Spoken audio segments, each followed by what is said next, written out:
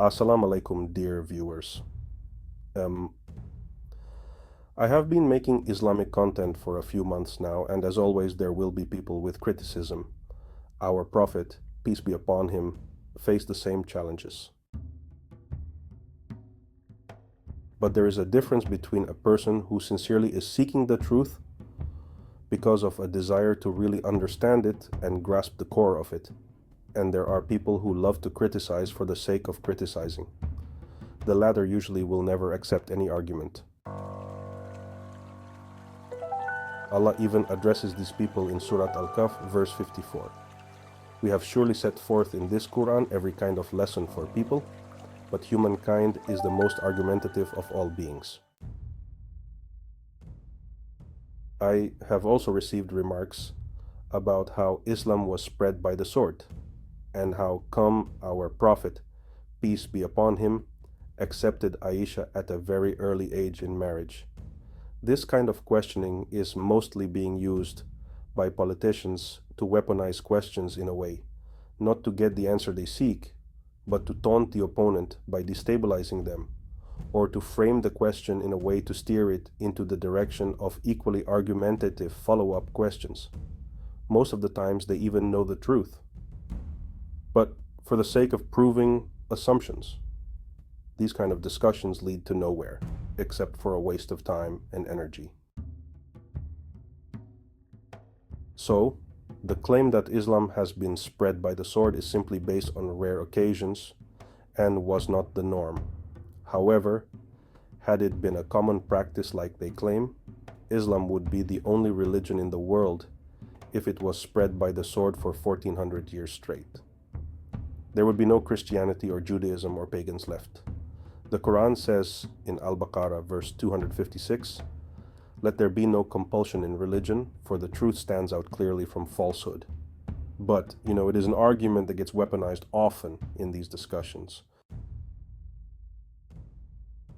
In medieval Europe, early marriages were indeed common, influenced by several factors at the time, such as 1.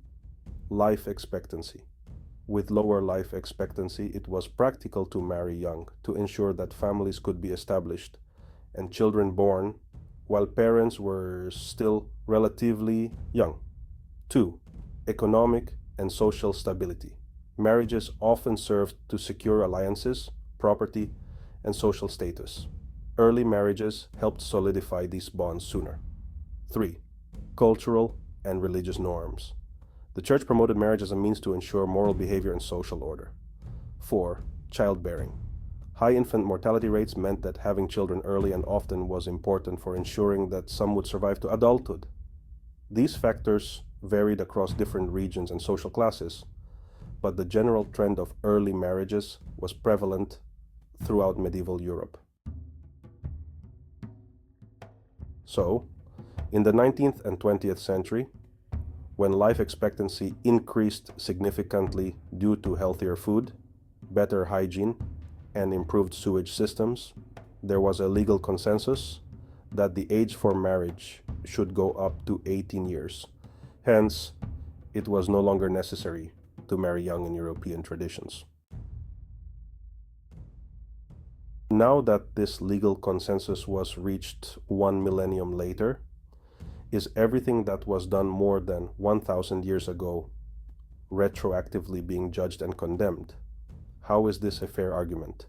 It's like the old saying, it is easy to be a general after the war. So everyone who was using a car phone in the 80s is now to be condemned? Now, before this gets taken out of context, let us not forget that Abu Bakr gave Aisha in marriage to Prophet Muhammad, which was tradition at the time, to unite families or sustain agreements like the royal families did, to unify countries or families for the sake of peace, or to fortify a kingdom. The point I am making is that once people only adopt negative assumptions, there is no logic in the world that can convince them otherwise. Every historic fact or claim that serves the agenda of the opposition will get weaponized But isn't the point of faith that we should assume the best?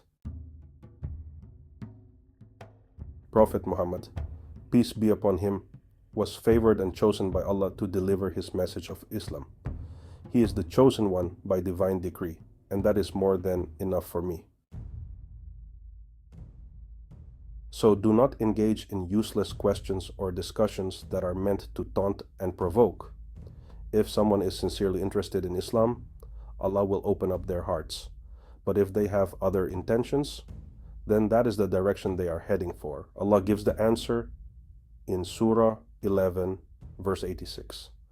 This one I will not quote from the Quran, but will leave it up to you to look it up. Until next time, Assalamu alaikum